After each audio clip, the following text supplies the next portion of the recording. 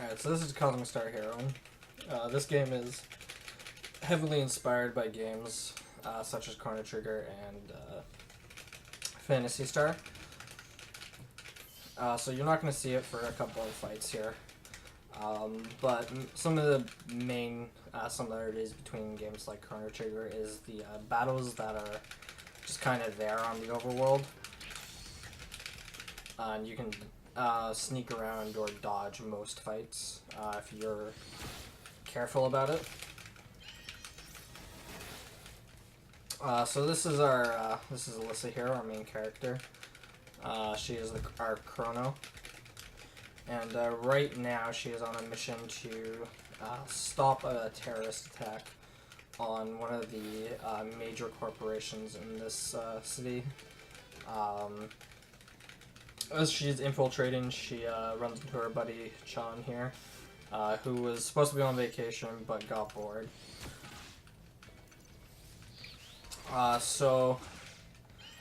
Alyssa here is using a bow, which doubles as a laser gun. If you'll notice, Chan is summoning guns here. She's a gunomancer, so she can just summon guns out of thin air. So these next two fights here, they're possible to skip, but you have to be on the right RNG cycle to actually skip them quickly. And if you're not, then you just kind of wait around for a while, so it's a lot faster to just run into them if you can't dodge them. This one here is really finicky. You basically have to have them both on the right side. Even though it looked like I was pretty close to dodging it, I was actually very far away from dodging it. Well, so here is our first boss. You'll notice that I one-shot that guy. If I don't run into those that second fight, I'm not a high enough level to actually one-shot that. So it does have a little bit of a benefit of running into those two fights. A little bit of time saving, though overall it is a time loss. So this second stage here is actually pretty easy. So that item I used there, that's called a shield breaker. I'll be using that a lot through the run. And basically what the shield breaker does, it inflicts a status effect called vulnerable. And when anybody is afflicted with vulnerable, the next damage they take will be doubled. So it's going to be really important throughout the entire run. So now that we've defeated the threat, he has escaped and set off some bombs. So we're going to go defuse them while Chan evacuates all of the prisoners, or the hostages. And then after that, we're going to head over to the Space FBI layer. So I don't remember if I mentioned this. We are members of the Space FBI. They're actually called the API, but they're basically the Space FBI. They're the space cops. So we're heading back here to Space FBI headquarters, where the director of the Space FBI is going to congratulate us, even though he's kind of acting a little creepy and weird. And then after we talk to the director, we're going to come talk to Sue here. He is the director of operations of the Space API, and he's going to hand us a measly $100 to go equip ourselves at the Space FBI Armory before we go on our next mission. And our next mission here is to investigate an old abandoned lab on another planet that has some rebel activity. So we're going to land on this planet here. We're actually going to avoid the entire center of this screen here. This is where all the rebels, scientists, and whatnot are. And it's possible to kind of see them and get a good look at their camp. But you get a really long cutscene, and then eventually Alyssa just says, let's go around anyway. So we're going to skip that entirely. Right here, it is kind of possible to skip this fight. I say kind of possible because it's like a huge pain to actually do it. So much so that it's almost never going to save time.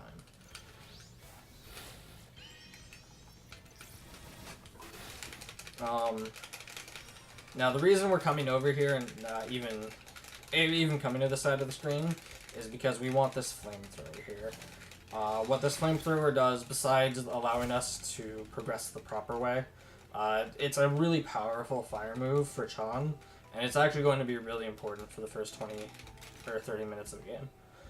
So instead of doing another skip that we actually have the ability to do, which isn't actually, unfortunately, doesn't have any practical uses yet. We're just gonna do this level the normal area the normal way and get the flamethrower. The other way to do this would be to actually entirely skip coming to this side, and you skip a trigger going. You skip the trigger where the game says, "Hey, we don't want to be here," and you just run into the camp while everybody's still alive. But you have to skip over flamethrower entirely, so it's not worth it. So while we were busy here getting the flamethrower, something attacked all of the rebels. So we went over and took a look, and it's not looking good for them. So on our way back, we get some ambushed, and then we're gonna go see what's left. There is actually one survivor, but we're not gonna go talk to him. He becomes a support for our party later on if we go talk to him, but he is not going to help us in any way in this speedrun. So we pick up the keycard to the lab off of their body, and now we're going to infiltrate the lab, which we could not get into a little earlier because it was locked.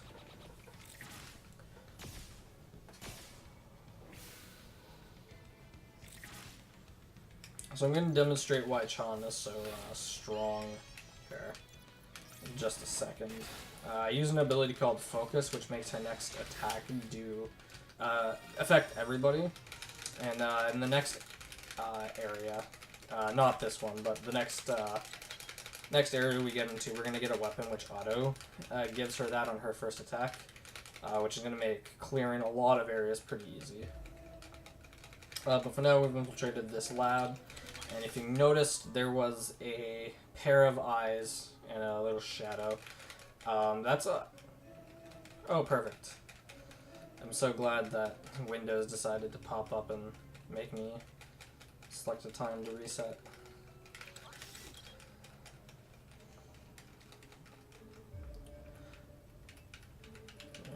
Run around a little bit here so we can skip this.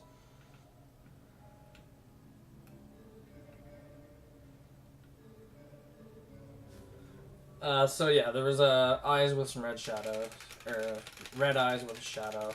It's a little bit of foreshadowing. It's actually, if you revisit this area after defeating it, it's still there. And the reason being is that there's actually a second boss, or a third boss rather. In this area, and that kind of is foreshadowing that, or hinting at it. It's actually not really ever mentioned which boss kills everybody. It's implied that it's this one, but it's never actually mentioned. So the item we just picked up was a hyper pad for Dave. So whenever he goes into hyper, his attacks are going to be doubled. Now, hyper I haven't really gone over. Hyper is it depends on the character, but every 2, 3, maybe 4 turns, the character is going to go into a state where their next attack does double damage. So Dave and Alyssa both got them in this fight. It's when they turn yellow. So Alyssa's every 2 turns, Dave and Shauna every 3 turns. And buffs and debuffs do stack in this. Which is going to be really important later on. And I guess I actually haven't really talked about the battle mechanics at this point. So there are 3 different kinds of damages, and I guess technically 4, but we aren't really running the 4th in the speedrun. So there's I guess the way the combat system works is there are 7 abilities and a defensive ability that you can pick from on each character. You learn more throughout the game, of course, but you have the option of 7 different abilities and a mandatory defensive rechargeability. Most abilities are one use, and then you have to recharge to use them. Some characters do have attacks which are unlimited uses. These are considered like your standard attacks in most RPGs. And then everybody has three equipment slots for a weapon, an accessory, and a shield. Shields give defensive stats, of course, and they also come with different programs, which are abilities attached to the shields that use a different stat altogether to determine damage. Dave comes equipped with a pretty strong one, which inflicts piercing damage on the target. So that's actually going to be really strong through most of the game. There's also, if you look in the left underneath the health bars, there's something called style. It's the percentage bar. So that's a damage modifier. So as the battle goes on and we use more attacks, we're going to get more powerful. It's basically a flat... sorry, it's not a flat increase. It's a multiplicative increase.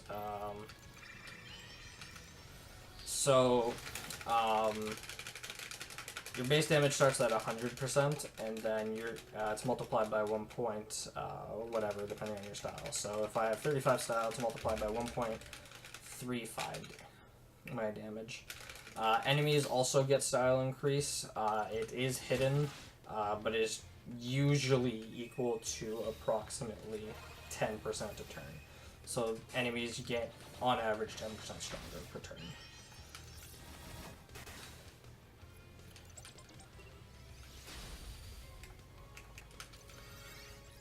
So this combo I'm about to do here is pretty common later on.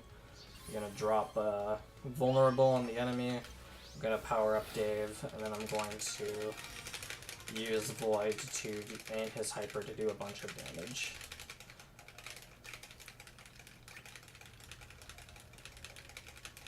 And this area is over now.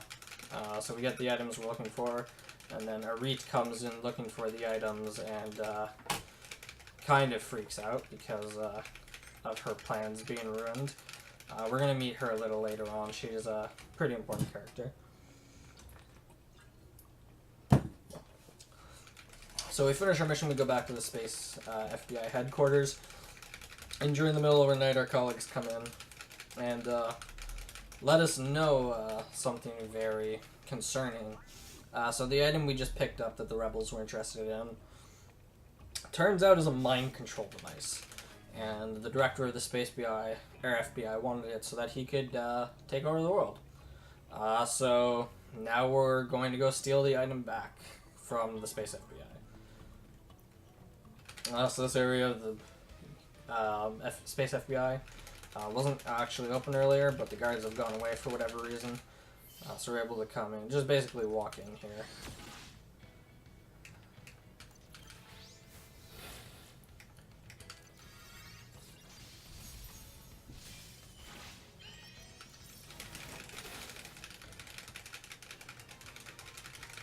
So there's not actually too many fights we have to fight here. We did have to go through a little bit of a light grid puzzle here. It's actually not too complicated.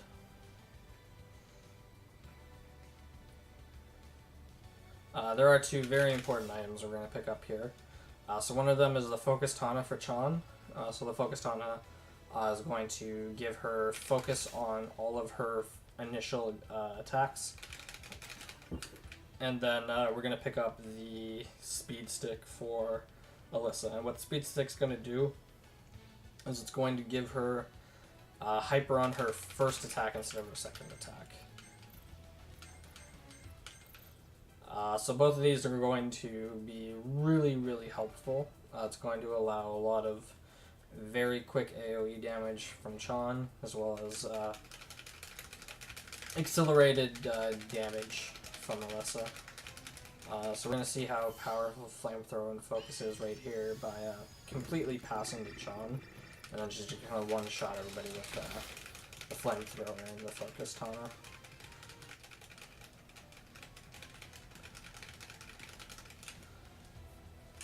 So this is a pretty long bridge. We're gonna fight the boss here in just a second. But first we gotta run downstairs and pick up our loot.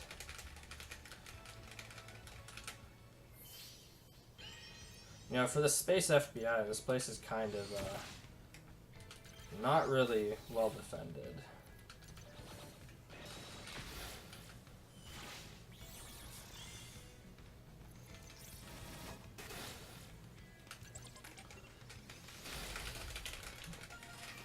Alright, so we've gone through all of the guards in our way. All 5 of them total. And now we're going to escape.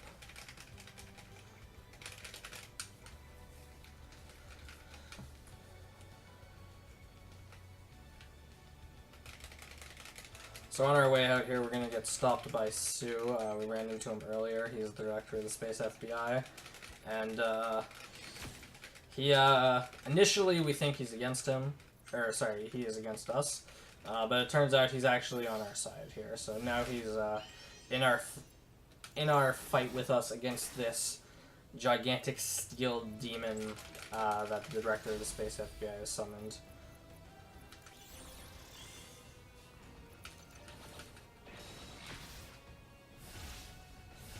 So this is our first use of Knockout, which is another pretty important skill.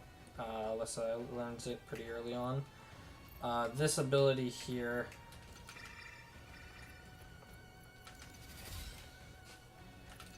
gives us I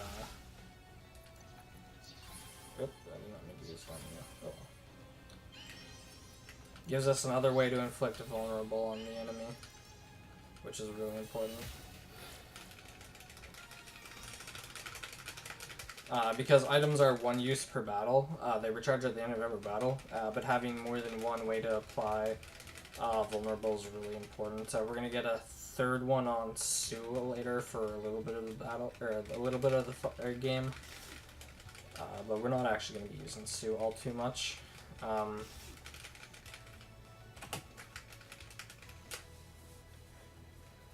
now that we're done that fight, we're going to escape the Space FBI, and this is the factory underneath the headquarters. This is the front for the Space FBI, and it's basically just a robot production facility. So we're going to run around all the robots here. We're going to pick up another really important item here. This is called the Hyperizer. So the unit that the Hyperizer is used on immediately goes into hyper mode.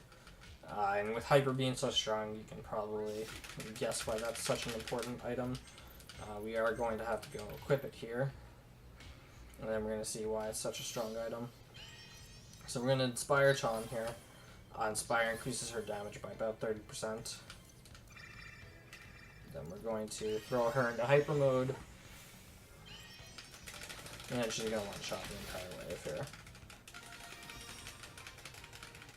Now these next two fights are kind of larger. This one has a lot of larger enemies. So we're going to have one-shot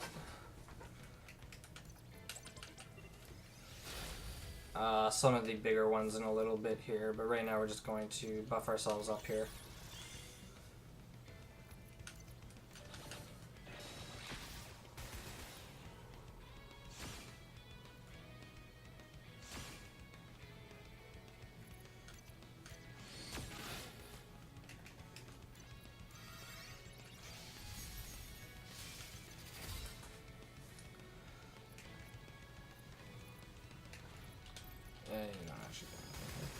So Sue right now is basically just filling up his hyper bar.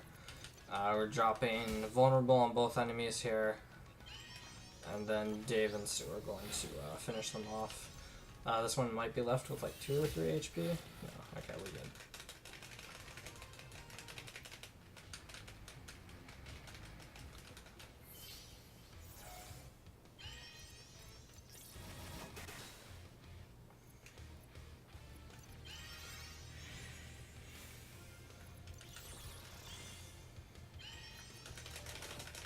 So throwing the Hyperizer down here allows us to one-shot both of those guys. We're going to drop the vulnerable here. We're actually going to stun him here. Which is going to prevent another unit from coming out. And then we're basically just going to let everybody get into hyper mode here. We're going to give Dave the Inspire, because he's going to do a lot of damage here. And this is going to finish it up. And we're gonna take off.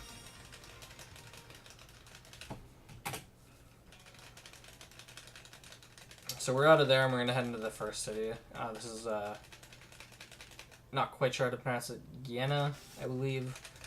We're going to go meet a member of the Resistance here, but first we're gonna pick up the Pactitude item for him, and then we're going to do this here. So we just picked up a stat which is going to increase Dave's, or sorry, a weapon that's going to increase Dave's damage on his programs, and then we're going to head into the nightclub here. Sue actually lets us know that he has some things he has to take care of, so he's going to take off. But we are going to get attacked by the Space FBI, and we're going to get joined by a member of the Resistance that we're actually looking for, Sean's friend Lauren here. And Lauren actually is a pretty strong character. She is not as useful in the speedrun as she was in the normal playthrough. A lot of her strengths aren't really conducive to going fast, but she is a very strong character overall. One of her biggest strengths actually is the fact that she gets hyper on the first attack, as well as one of her abilities which deals extra damage if a target is at full health. Combined with one of the shields which does more damage on the first turn, she can actually usually one-shot most enemies, but it's a long ways away before we get to that point.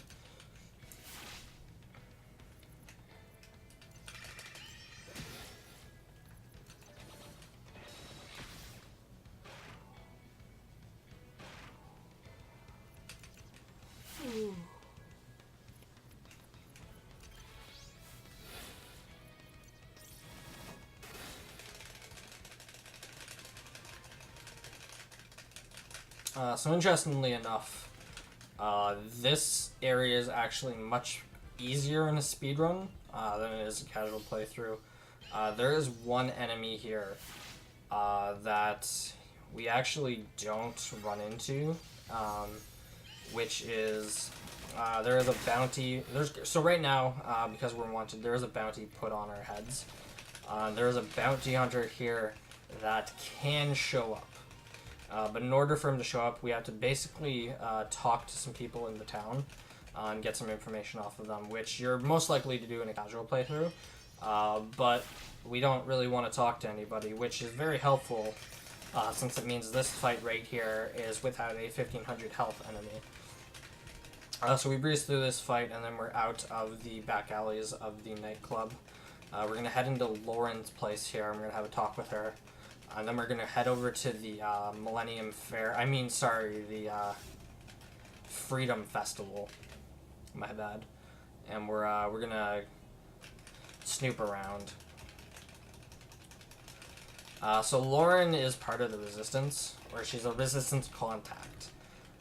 So we're going to try and get into contact with them about the device that we stole from the Space FBI. So Alyssa decides to go in on her own, and she actually meets up with one of her cousins, Finn, who is part of the local police force.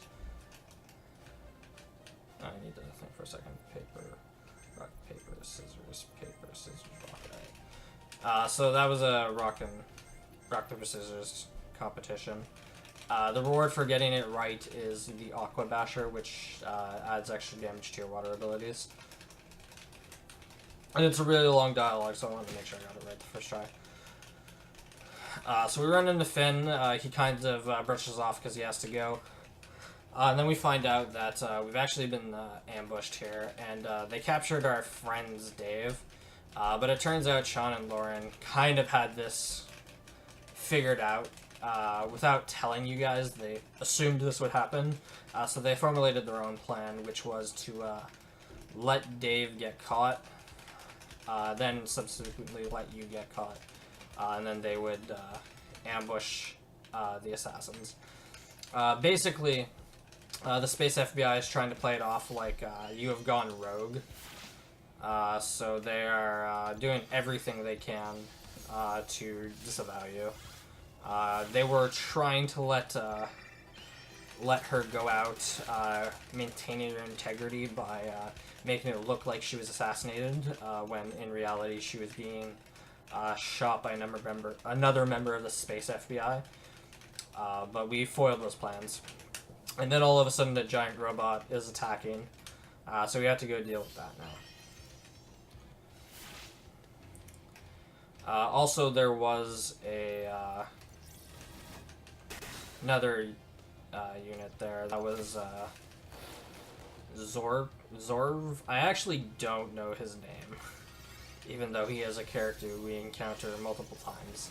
ZZORX or something. Zizzes. He's a bounty hunter. We run into him and he mentions another bounty, which is that giant robot.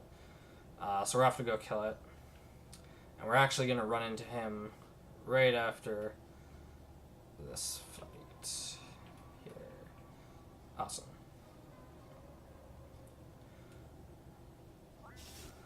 So, like I said, he is going to be a playable character later on. He's going to join our party very briefly here. And then after that, he's going to take off again. Oh, it's ZXOR. Alright, close enough. It's a very alien name. He's actually a very powerful physical damage dealer.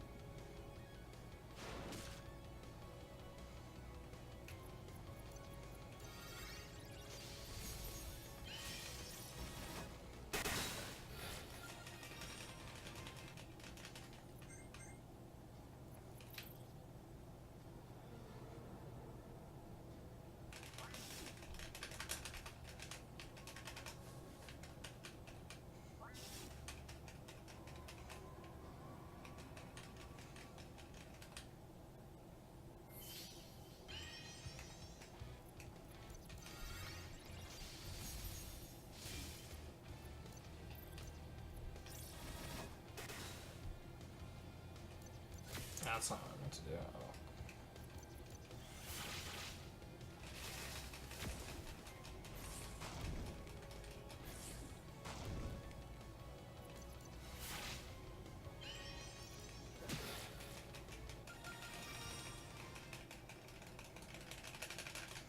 So now we've defeated the robot, we find out that the Roth from earlier was a part of it.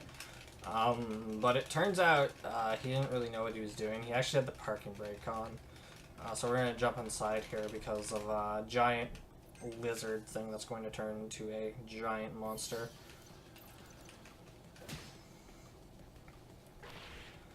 So unfortunately this fight has to go 5 attacks. It was a very specific combo we have to do here. And then we actually do have to rest, unfortunately, and there's no way to do this in one cycle, even on the lowest difficulty.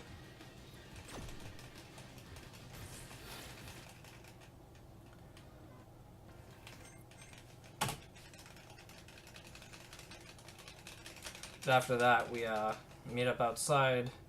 We're gonna meet up with our pals here.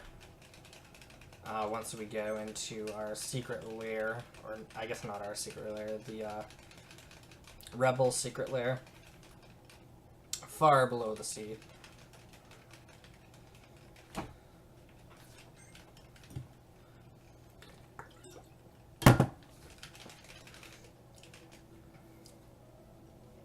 So I'm going to do a quick shop here.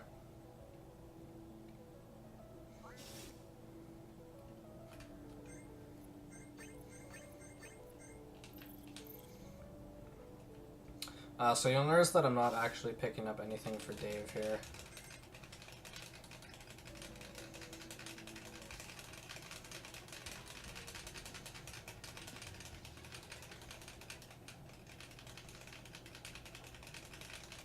Actually, the more I think about it, the more that's actually incorrect.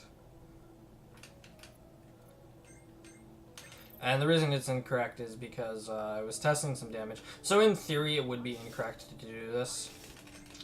But I was doing some testing. And some damage testing yesterday and today. And I actually found out the item he starts off with is bugged.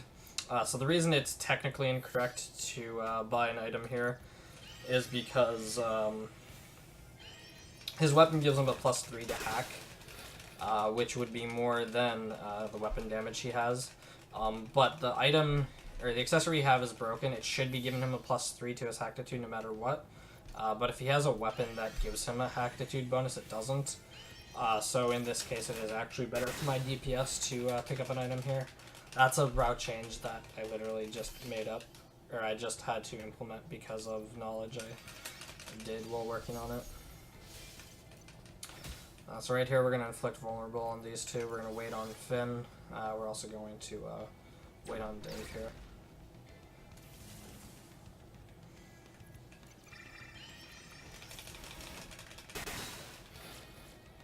So the reason we waited on Dave instead of killing him right off the bat is because if David didn't attack, it would have used the vulnerability up, and then it would not have been as effective.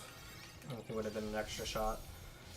So we're going to basically do the same thing. We're going to inflict vulnerable on the two high targets. We're going to pass to Alyssa, and then we're going to use water on them. I guess I should have mentioned this. This is the Space API attacking. Of course, they're angry and they want their thing back. So Echo, who is the agent who tried to assassinate it, is storming. We fend them off successfully. And then we're going to go to the other party here, who's on a mission to destroy the base, actually. So the plan is we're going to destroy the base, and then infiltrate the ship that's attacking us, and then take it over.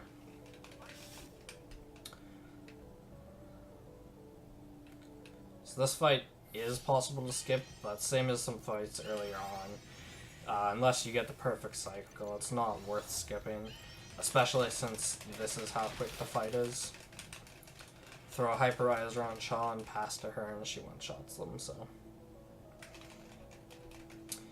So this area here is actually pretty quick.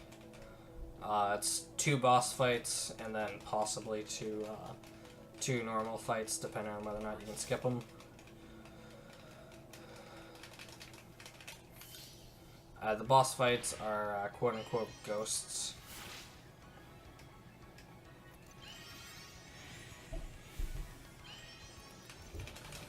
They are weak to fire, fortunately.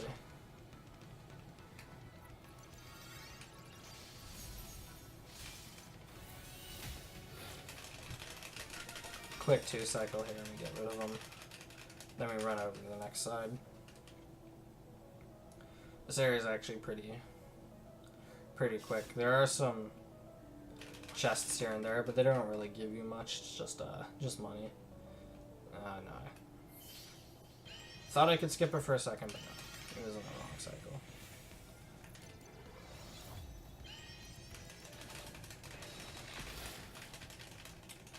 So once we shut down the second reactor here, we can turn the failsafe off, and then the entire force field is going to go down, and then our ship will be destroyed, and then we can go aboard the Space FBI. So again, a second dragon here that wasn't there before is going to show up. I'm going to drop the Hyperizer and John. Do a little bit of fire.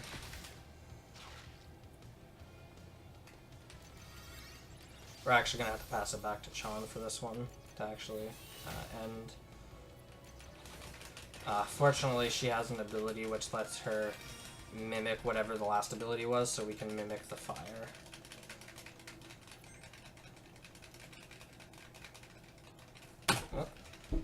I missed the split here. Oh, we're running into nothing. So a lot of the fights in here are pretty simple to do. We can skip this one altogether by just hugging the top wall. So now that Arit's in our party, we actually do have access to a very powerful skill. We actually are going to get it on Alyssa very shortly here. But right now it's very, very strong to have. So she has a shield which has 3 abilities. Inspire, which we've already used on Alyssa. Gives a buff for 3 turns. I don't actually know what the second ability is, I don't remember. And the third one is Delegate. So it makes one unit immediately take their action. So what we're going to do here is we're going to drop Vulnerability on 2 units by letting Alyssa take a double turn. And then immediately on her second turn she's going to go into Hyper and then do an AoE water spell, which is going to kill both of the vulnerable targets and leave the last one pretty low. And then he doesn't actually do a lot of damage, so we're going to have to kick it to Dave. Dave's going to use his newly unlocked Void Blast. Void Blast? Yeah, the other one was a Void Bullet, this one's a Void Blast. He's going to use his newly unlocked skill and then wipe him out.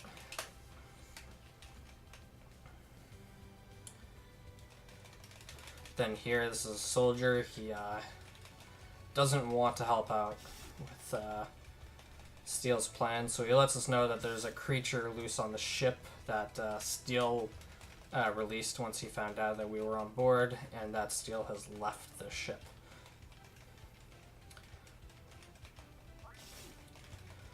So this fight here, they're trying to figure out what to do with the enemy, and then we run in. So that enemy in the back is a lot stronger, but he's actually a lot harder to inflict a vulnerable on than these two, so we're just going to take the safe route and kill the 2 smaller ones. Because this guy's going to go down with a Void Blast anyway. So right here we're unfortunately going to lose Dave for a second here, so he's going to open the door for us and we're going to go fight this guy. Fortunately this fight's pretty easy.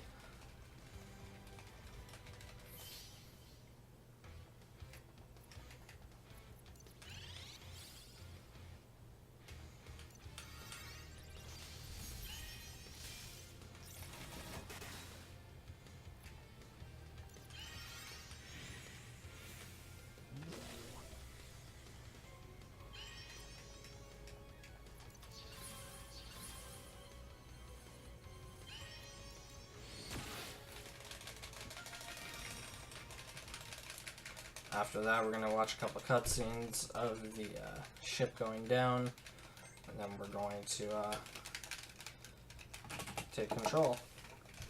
So we now have control of the Mobile Space FBI headquarters.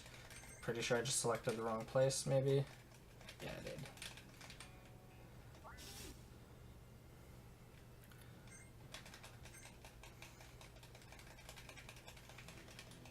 I did. So now we're on...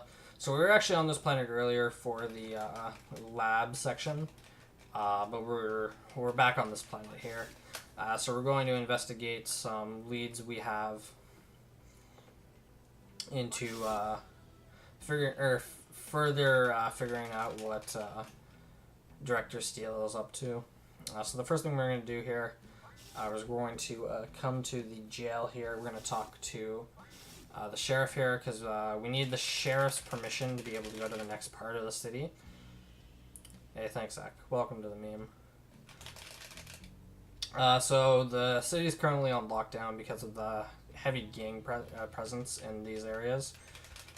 So we need permission to go to the next part. We're also going to pay this gentleman's bail here, because he's going to be really helpful in the next section. He gives us 20% bonus damage against robots, which we're going to be running into a lot of in the next coming time. Hey, Ezra, thanks for the host. Welcome to the stream. So we're coming in here, we're picking up a painting. This is for a quest we'd have to do in a little bit here. but because we're coming back, and by a little bit I mean right here, by doing it up front, we don't have to run back.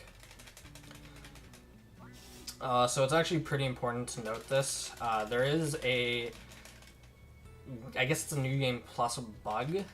If you've completed the game already, there is an item that you would normally have to get here. Oh.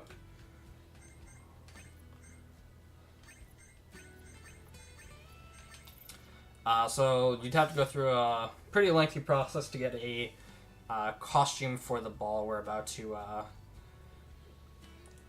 infiltrate. But because there's this bug, since I've done it in a previous playthrough, I don't actually have to pick it up, so we can skip that entirely. Then we retrieved a painting that was stolen from the museum, and he gave us his invitation to this ball that's going on. And the reason we want to get in is because there's, well, first of all, this is being thrown on by the head of the local mob, and it's implied that, or assumed that he has some affiliation with somebody who knows what's going on with our Director Steel. So we're going to try and get as many leads as we can. That does require splitting up the party. So we're going to talk to this guy, he's going to let us in. And there's a lot of people to talk to. Nobody actually really wants to talk to us. So we're going to skip talking to all the people we don't care about entirely. We're going to go talk to this guy here. Because he lets us in on a little secret. There's some holes in the wall. Just down here. And some people know what's going on here. And they have a little bit of information about our joyous host. And by putting all of these together, all of these little trivia bits together, we're going to actually figure out what the password is to Ezio's lair.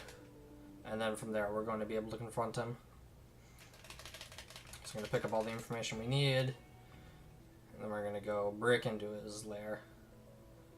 I guess his study. If you do actually take a look around, there are the rest of our party members here, as well as some shout-outs to Cthulhu Saves the World. There was a picture of October there, as well as Cthulhu himself. Shortly after we run into Umi, which is also from Cthulhu Saves the World. So here, we run into a trap set up by the mob, and we get imprisoned. So the three people that were there are Lauren, Stu, and Alyssa, as well as a robot who was already thrown in jail here. He goes by the name of Clark. He is an interesting party member. So there's a couple things we've got to do here. Blow the belt. You're going to get Delegate. You're going to get Pacifist Smash. You're going to get Circuit Breach. You're going to get Sudden Stab. You're going to get Jitterbug. You're going to get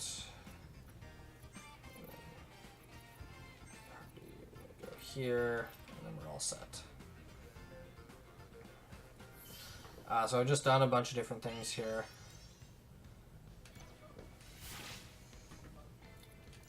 The important thing to know is that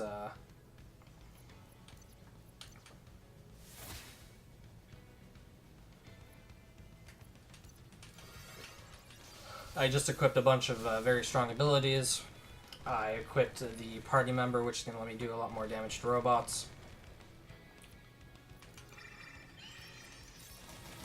I did equip an ability on Sue, which allows me to inflict vulnerable, so I can now inflict three instances of vulnerable in one turn, as well as I have 2 replenishable sources of vulnerable.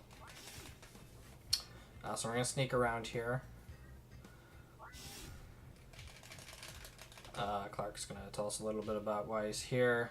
If I believe I remember correctly, which is that he just oppressed or stood up against the local mafia. So what we're going to do here, Clark is a very special playstyle. When I say very special, I mean very special playstyle.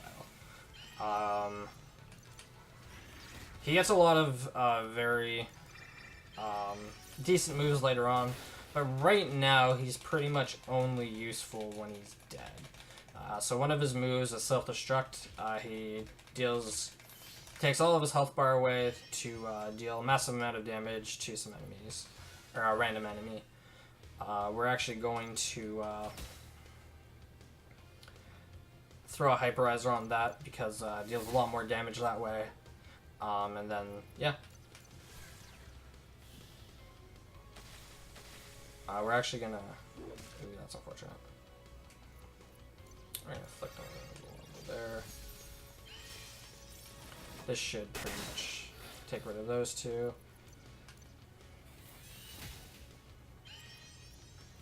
Self-destruct here. Call it a day. It's not too bad. So there's only really one fight left as long as I skip everything properly. We're gonna run into the final boss here of the area. Not too many fights here as long as you skip everything. If you'll notice, I'm throwing up the it's kind of a pause menu right here. So interesting thing about the pause menu is it deletes your hitbox basically, so everything else keeps moving, but you cannot get thrown into an encounter while you're doing that. So we use that a lot to skip fights by letting the enemies run around us, and then we can just keep going.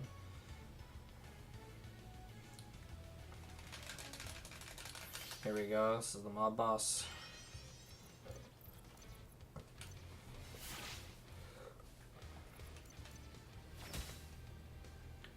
So we're going to drop some vulnerables all around.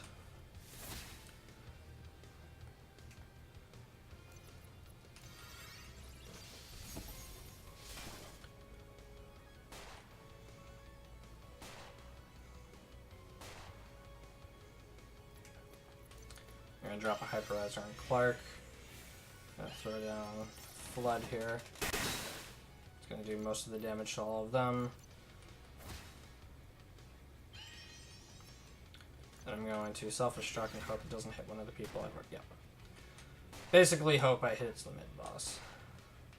If it hits any of the non-vulnerable people, it doesn't really matter. So now we're going to use Lauren to clean up a little bit here. Use pacifist. Nah, we're just going to use that. We're going to clean up all the little ones so we don't have to deal with all of their attacks. Because that really is what takes a lot of the time in this fight, is just everybody taking attacks over and over again.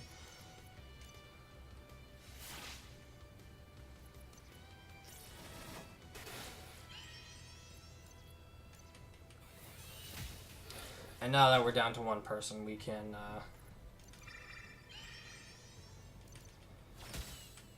start recharging some of our abilities here. We're going to get all of our abilities back on these two. We're going to drop a bum rush down on him so he gets vulnerable. JK, I'm pretty sure he's stunned. Oh, no, he's not. But we were going to drop vulnerable on her instead. And then this should do it. If it doesn't, then a punch will do it. But yeah, it does it. Alright, so now that we're out of there, we can head back to the surface since we got the information we needed, which is that we need to head a little further on into the planet, past the swamp to the home city of the Skrimix? I don't know how to pronounce it. But another species of alien. The leader of them is plotting something. That's all we're really sure of right now. So we're going to do another menu. We're going to switch out for all the important party members. Mostly Dave, because he has a lot of important abilities now. Reach, cheat code.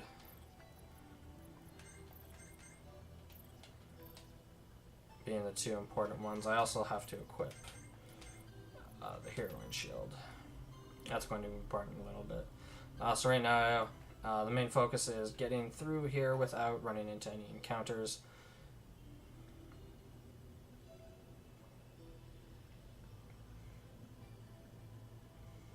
Jeez, come on. Oh, that was unfortunate. I ran right into that. I have nobody to blame but myself.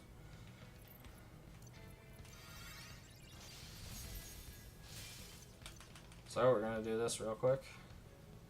Yeah, delegate, right? Yeah.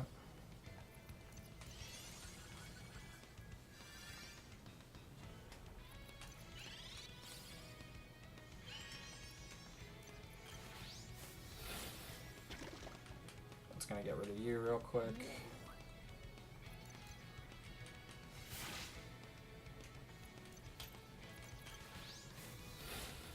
Damage enough on that.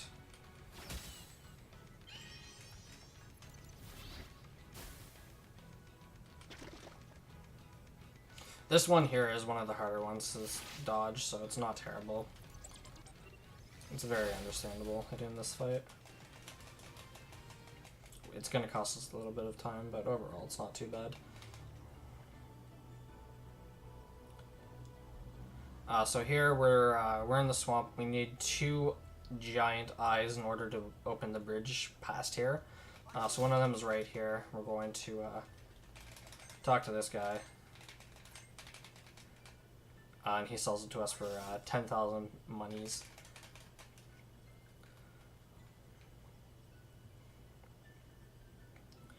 The other one is in a weird nest.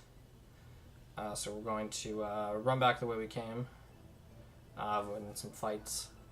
And then we're going to take it from its nest and then have to deal with the owner of the nest.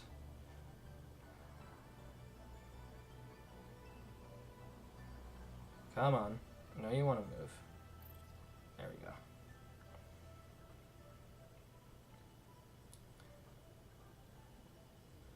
So this next one here is a pretty long fight if I don't skip it, but it should be. It's normally pretty easy to skip. There we go. So here we are. Here's the boss fight. As soon as we pick it up, we get thrown into this fight here.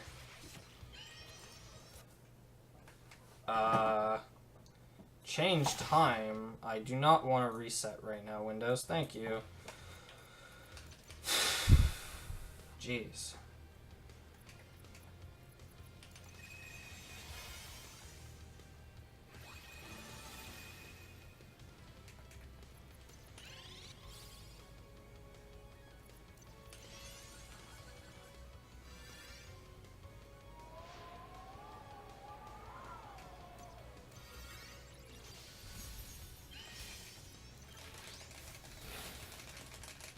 And once all the buffs are down, we one-shot this thing, and then we go about our merry way.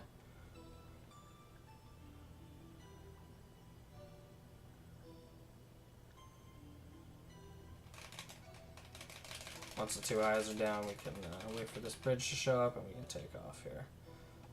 So we lost a decent amount of time because of that extra fight, unfortunately, but it's not the end of the world.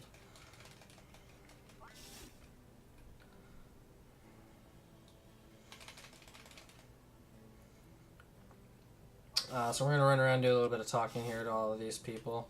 The first thing we need to do here is talk to one of the local librarians who's going to give us a translator, so we actually understand what everybody's saying and what's going on. Once we get that, we can open the storage unit there, which has an item for this gentleman here.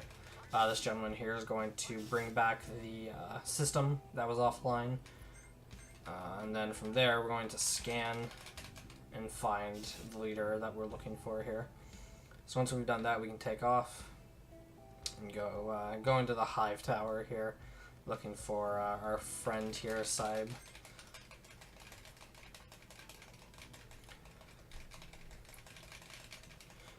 So right here, we're going to start doing a little bit of some battery movements.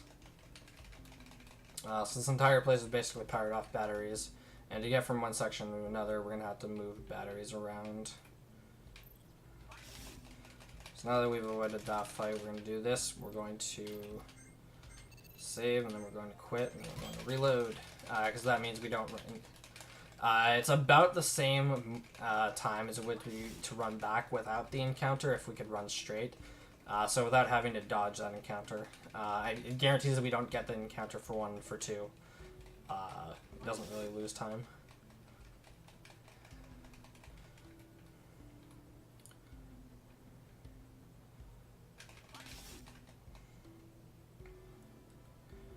So this area is pretty easy to dodge out of the fight.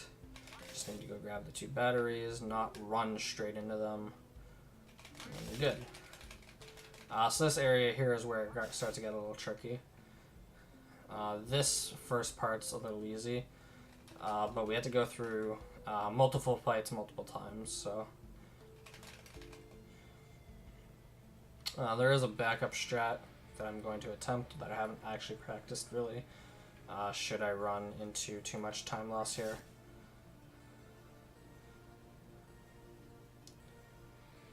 But otherwise, we're pretty good. It has the stairs move. The fights change. So fortunately on this cycle there is no fight here. But this is the only cycle there is no fight here. So we have to run into all the different rooms, grab all the different batteries, so that it's in the correct the stairs in the correct position for us to get to the top of the tower.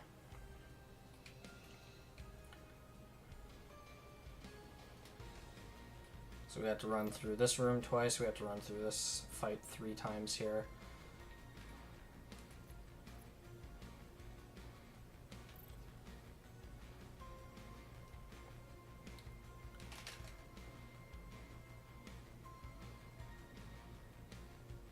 Whew. And then we should be good. Whew. Alright, we're all good.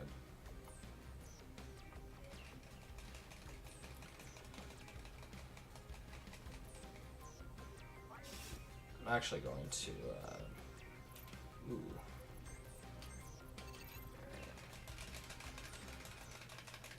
So that's, I'm going to take the couple second time loss there so that I can get a practice save for that skip for next time.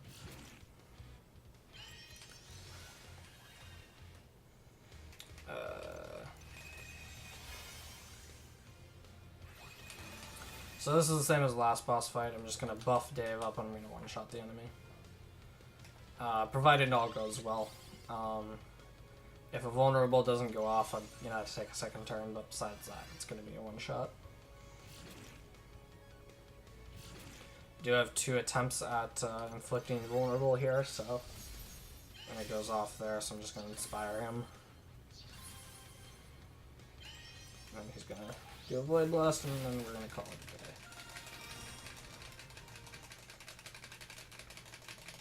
I'm going to talk to Saib here.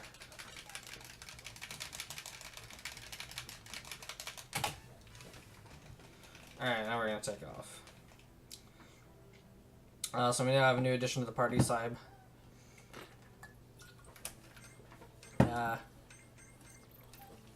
What did I just do? So what I get for trying to take a drink one-handed. So Saib has replaced the second character in our party, which is Dave currently. We do have to carry him through this area, which isn't a bad thing because Saib is actually a really strong character right now. So make sure I didn't do anything stupid, which I didn't. Cacophony, hyper-awareness, earthquake, just...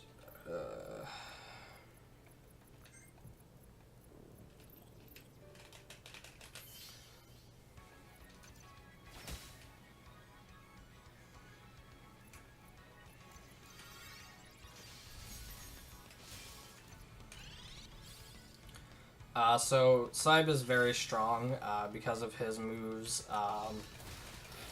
Cacophony here, as well as some of the buffs he gives. So Cacophony. So basically, what Saib specializes in is songs. So songs are AoE effects that take place once every turn. They do different things. They either give a speed buff, a heal, or deal damage. He also has abilities that will cancel songs immediately to do very strong effects. Fortunately, we just picked up an item for him, which means that once a song is started, unless it's changed, it never ends. So he can use those abilities and songs will still go on. On top of that, since they are meant to be very risky, it means that they're very, very powerful.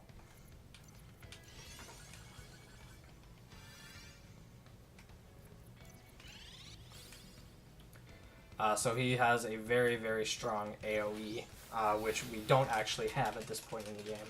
So he's going to be able to take down some of the more AoE fights a lot quicker. As well, it's just a really powerful attack, which we don't really have at this point in the game. Also, once we lose access to Dave for a bit, we're not going to have strong AoE, which he is going to fill in. Also a strong finisher as well. He also has an ability called Hyper Awareness, which increases the damage dealt during the hyper. So that's going to be part of the combo we use on some of the late game bosses. Cyber's just a really good character overall. So right now we're in the Abandoned Mines. It's kind of a ghost area. We're looking for some crystals that are at the end. These crystals are very important because they're going to allow Cyb to create a device which does a lot of things, but most importantly it prevents the mind control of the Lumina device. So right now we're on Operation Buff Cyb. So we have both Alyssa and Aerith use Delegate on him, so he gets to take 3 turns in one. So he can drop a Pain Song, hyper himself, and then use Cacophony, which can do a bunch of AoE damage. We use Dave to drop Invulnerable on one of the targets, and then we clean up afterwards. And that's pretty much how these fights are going to go. We're going to dodge this fight here because this fight sucks. This guy's going to need to stop walking on me. Thanks. I need to move this cart. That there is probably one of the hardest fights to skip in this area. Not that there are many fights to skip, that is, but it's probably the hardest one. This one here is a little difficult to skip, but if you can get to the right side, you're usually pretty good. Now they're going to move up. Once they move up, I should be good to go. Move up, please. Everybody needs to move up. Up. Man, they're really hugging my side right now. Whew. So I'm gonna get a mini boss and then a full boss, or a mini boss, a regular fight, and then a full boss. I'm pretty sure on this one I don't need to go full.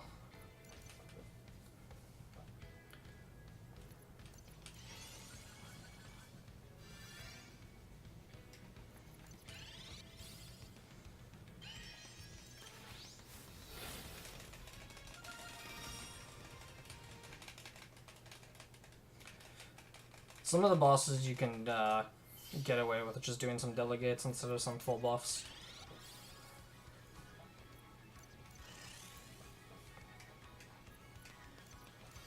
So same as before, we're going to have a vulnerable drop on the big guy, and then we're just going to have the full combo of Hyper Awareness, Pain Song, Cacophony. Doesn't really matter which order you do them in, as long as the Pain Song is not going to be the finishing damage. Which in this case, it doesn't even get to Pain Song proccing, so... I mean, I guess technically as long as Cacophony is the last move, it doesn't really matter. So now we're going to do the full combo here. We're going to use all like 7 or 8 buffs on Dave here, and he's going to one-shot boss. Again, there is a slight chance that he doesn't one-shot the boss if Vulnerable doesn't go off. Vulnerable normally goes off. We do only have one shot at it though, unfortunately. If it doesn't go off, it just takes an extra turn. It's not a big deal. When she gets stunned, that is a problem. Never mind, it one-shots anyway.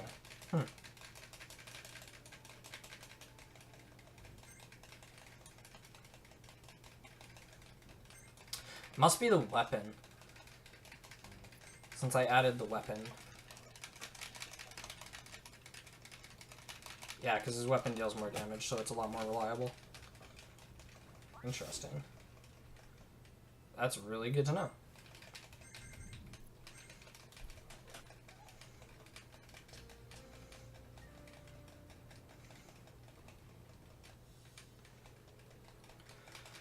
So here we're entering the city of Nulip. This is the third planet we're going to. Because we got word this is where Director Steel is going to make his next attack. As soon as we get into the area here, though, the mayor comes to talk to us because we are actually a pretty famous person in the Space FBI. And in our meeting with him, he keels over and dies. Everybody suspects it's us, but of course it's not us, so we have to clear our name by figuring out what actually happened. So we're going to go right next door. We're going to talk to Orson. He is a private detective. And then we're going to go figure out what happened.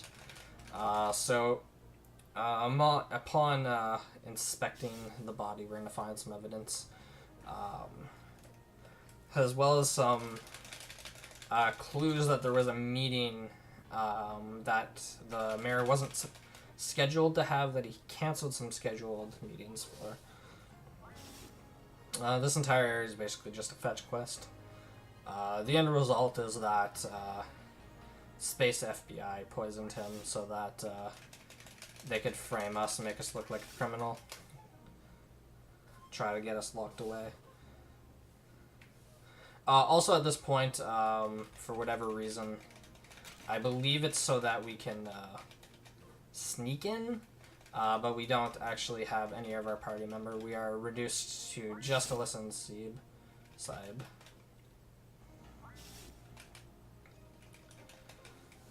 We are going to get a fourth character. It's the alien bounty hunter, but we don't get him for a little bit. We have to... I shouldn't say for a little bit. We're going to get him right after this scene here. We're almost done with it. Just going to do a little bit of shopping here. Bye.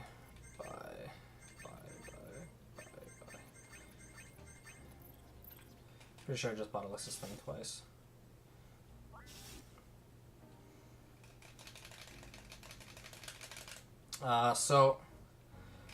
Basically everybody knows that the mayor is a huge fan of this burger joint. So we go talk to the burger place, ask for their footage, and find very, very incriminating evidence of somebody poisoning his burger. Basically, this race of alien is very susceptible to a type of food that is completely harmless to every other species of alien, but this specific breed of alien is very, very much susceptible to the toxins inside of it. So we're probably going to lose a little bit of time in the split. The reason being, we don't normally come talk to this lady. The reason we're coming to talk to her is because she actually gives us pretty decent stat buffs, which we're going to want in a little bit here. So we actually have this way come out at the top here. There's 11 seconds for that.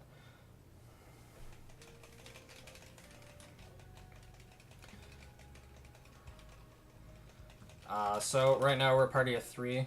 There are potentials to get into fights if we wanted to get into fights, or we'd have to fight as 3, but we can just skip this, no problem.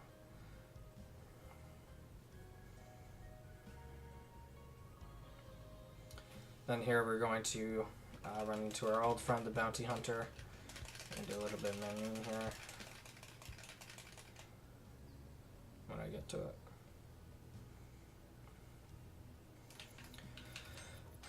So this guy sucks. We don't really care about his abilities. Relentless. Everything else is the same.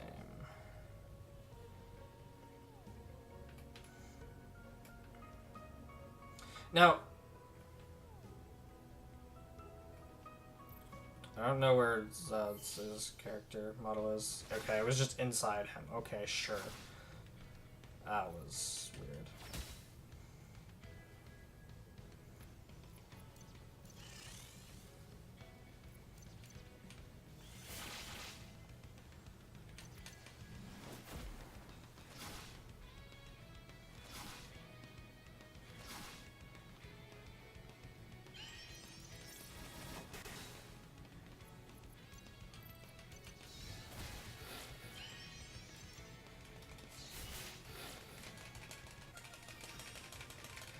Sorensen's, you know, I didn't really use him in my casual playthrough, because I didn't really find a use for him.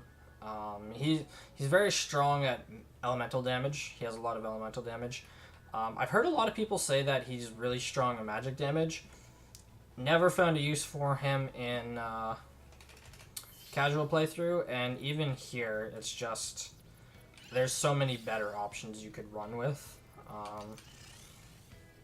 That it's just not worth doing.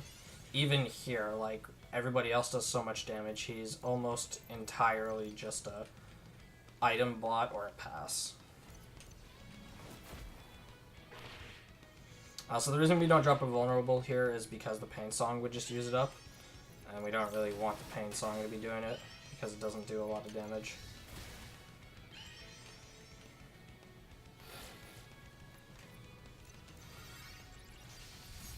I say it as I accidentally just drop it here for the Pain Song to do, because I'm stupid.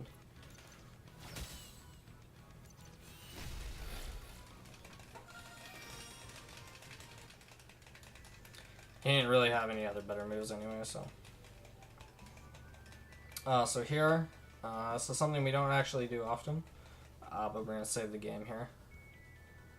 And the reason we're going to save the game is because if I, for some reason, screw this up, I don't want to have to fight the fight.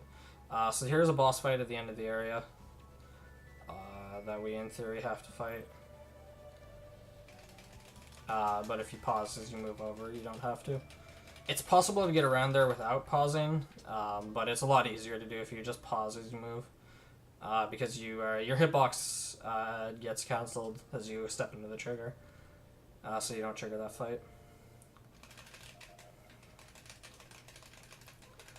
The trigger on that one's very, very small. Normally when you're trying to pause buffer and skip an trigger, it's really hard to do. You have to take very small steps. But that one's so insignificant, you don't have to do much to get around it. So now we're in this layer that Steel is attacking. Echo was betrayed by him. She teleports away. She's wounded, but she's not dead, thankfully. And this is one of Steel's creations, one of his evil monstrosities. We're going to drop a hyper on ourselves in case it gets back to us. Shouldn't get back to us, though.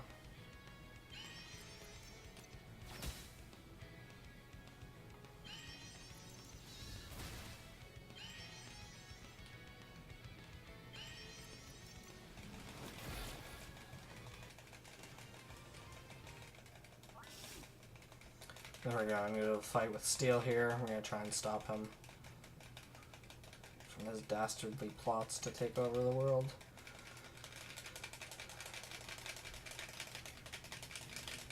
He's going to take a preemptive attack here. He's not very strong. We're going to do the same thing we did before. We're going to get a hyper awareness and a Pain Song going. We're going to go Relentless on Zork here. We're going to hyperize ourselves.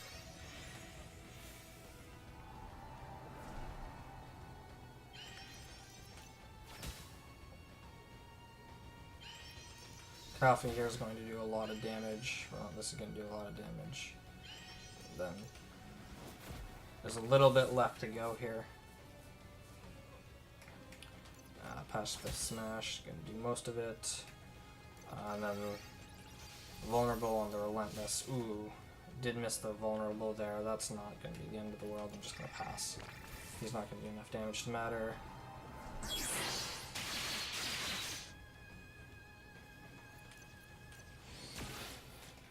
we do call it there. So I did get a little RNG screwed there. So the second vulnerable has a chance of missing, so that's why I didn't get the one shot there. So now there's not very many spots left in the game here. We're going to do... Oh, not going to transition. Do a quick party switch. Dave, Saib. Should be good.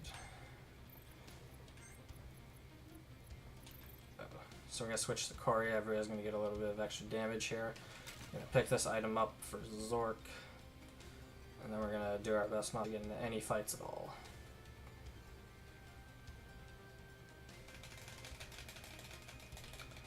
All of these fights here are skippable, as long as I'm not bad. Sorry, this is the only fight that's not skippable.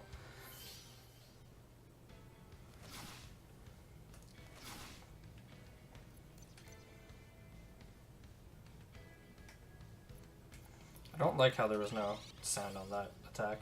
That makes me very nervous.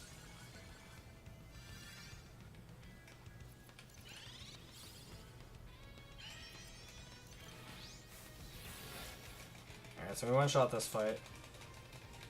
And we're gonna save as soon as we transition here.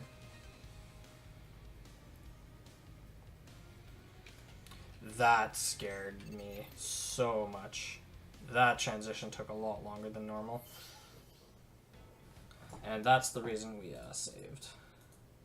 Because once we get to this part of the game, there's a lot of chances for it to just crash. For whatever reason, the last part of this game here still has some issues. So you're going to see me do a lot of safety saves here. Which is also why I'm like pretty scared at this point, because I don't want this game to soft lock. Yeah, I know, right, Bobby? Welcome to the stream. This is one of the worst parts of the run because everything will soft lock you. Alright, so I skipped at that time.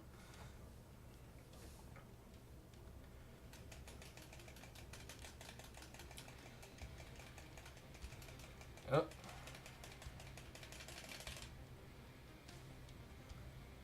So I'm trying to do movement here with the D-pad, because it's a lot more precise for skipping fights.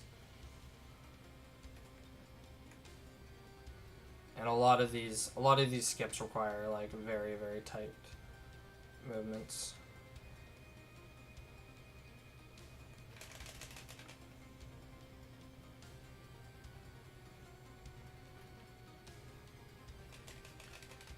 So we're pretty much nearing the end of the game here. There's only 2 or 3 fights. Well, there's a big boss fight here, and then there's going to be a couple more smaller fights, and then the final form.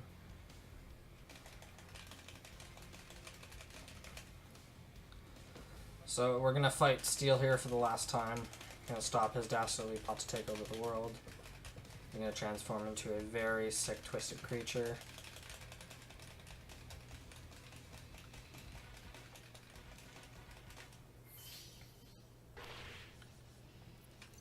And we're just going to do the combo like always. Going to do a bunch of full buffs here.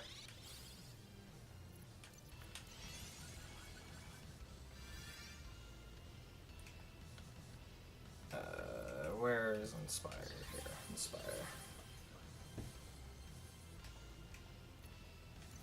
I wasn't supposed to delegate on Alyssa. Do I pass here? No, it'll be fine.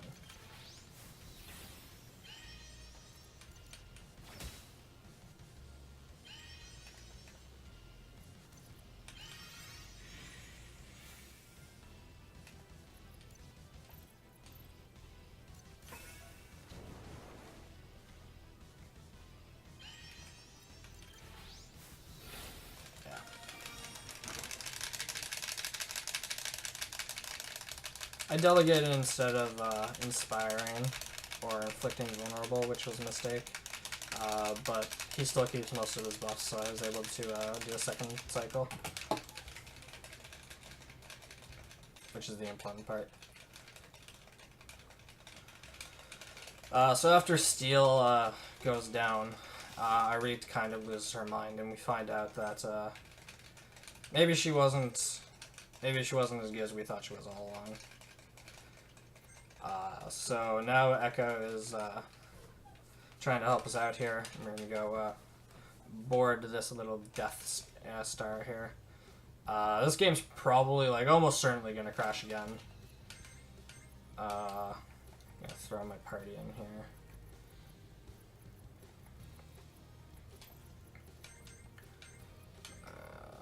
Everything else should be fine. I'm gonna save. This game's gonna crash again.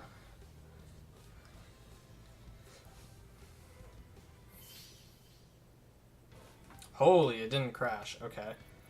I was actually almost not prepared for that.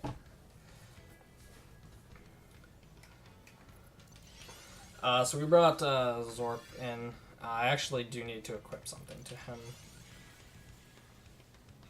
which I forgot about. But we did equip the shield that Arit used to have because it has insight. His Hactitude is... This is the power controller mashing. Basically, I would be using Z and Enter, but I figured that there would be a lot of mashing involved in that. So to try and cut down on the noise of the mashing, I just set up a joy to key so I could rebund it to my two analog, or not my analog sticks, my triggers, since I'm not using them. I want to cut down on a little bit of the noise.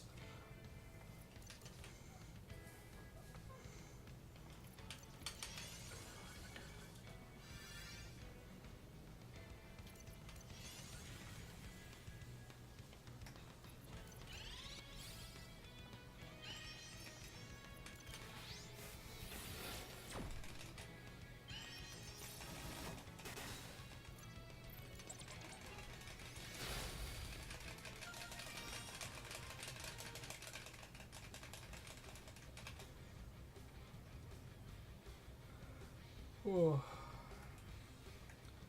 Again, I'm using the D-pad here for very, very tight movements.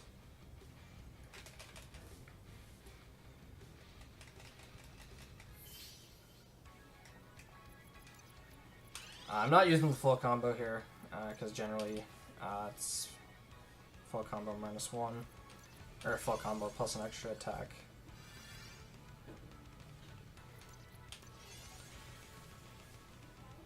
So no matter what, the enemy is going to get a turn in, so I'm just going to do it this way.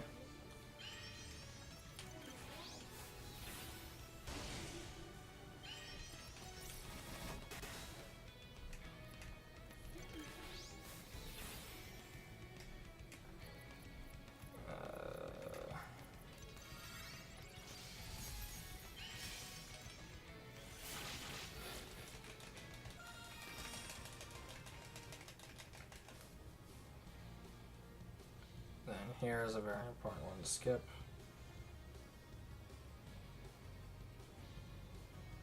This fight's here is super easy.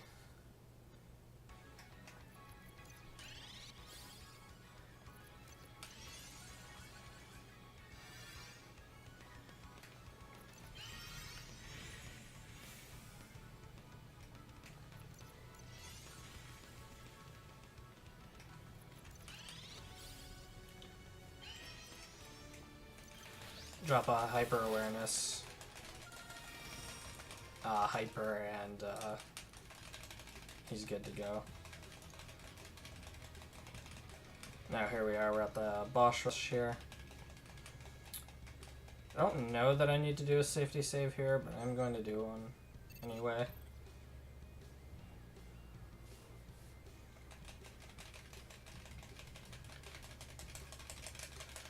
So here we are, reaching her first form.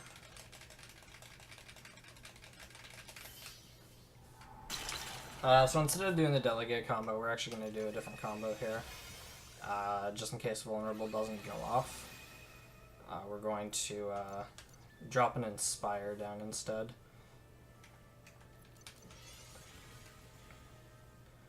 The Inspire damage should help out enough to compensate for missing a vulnerable if the vulnerable doesn't go off.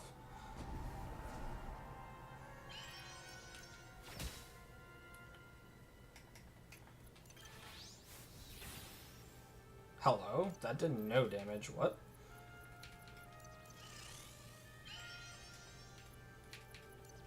Am I missing something?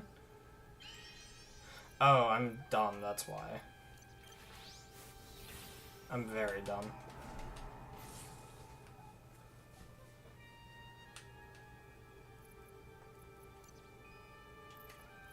I'm like super dumb. Alright, I'm gonna try that again.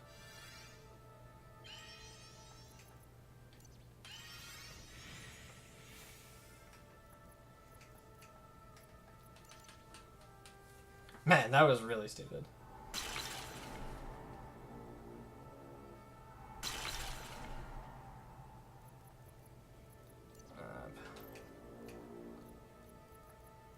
I don't know if he needs us again. We're gonna get him again.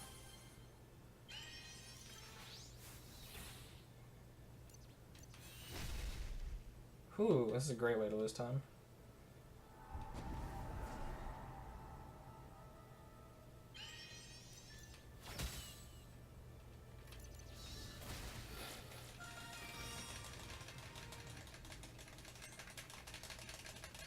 I like straight potatoed there and didn't go for hyper. I'm like really tired, so I just like assumed hyper would be there. I don't know why. I was like super potato.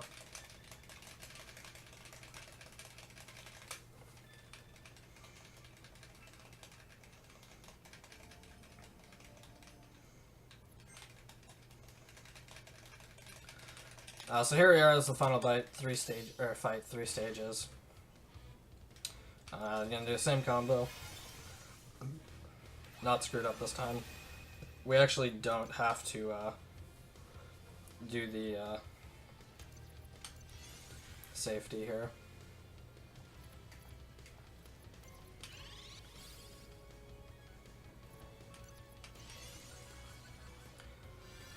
Yeah, like, I guess I just got so used to the, like, straight up just not having to worry about, just straight up being able to just double delegate and have hyper that I just like, oh yeah, this is Dave's second turn, he has hyper, but he didn't because I have to, take that fight slower because of all the buffs. A very silly mistake to make.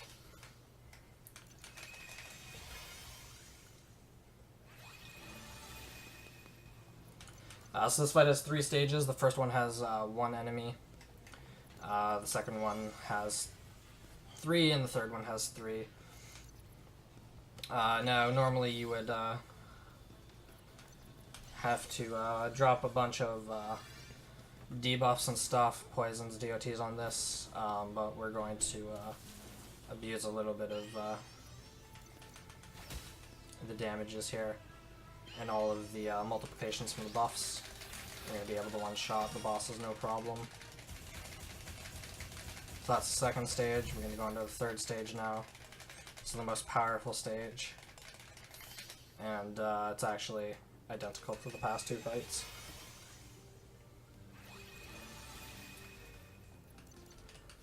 Who knew saving the world could be so easy?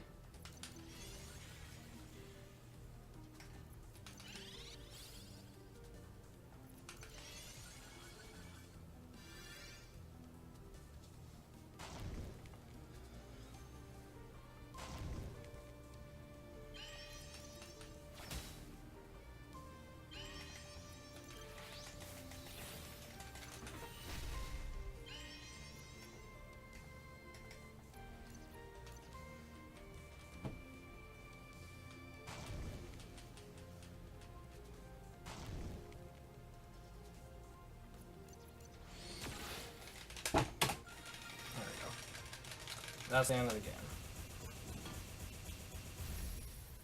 game. We have now defeated all of the evil that threatens the universe.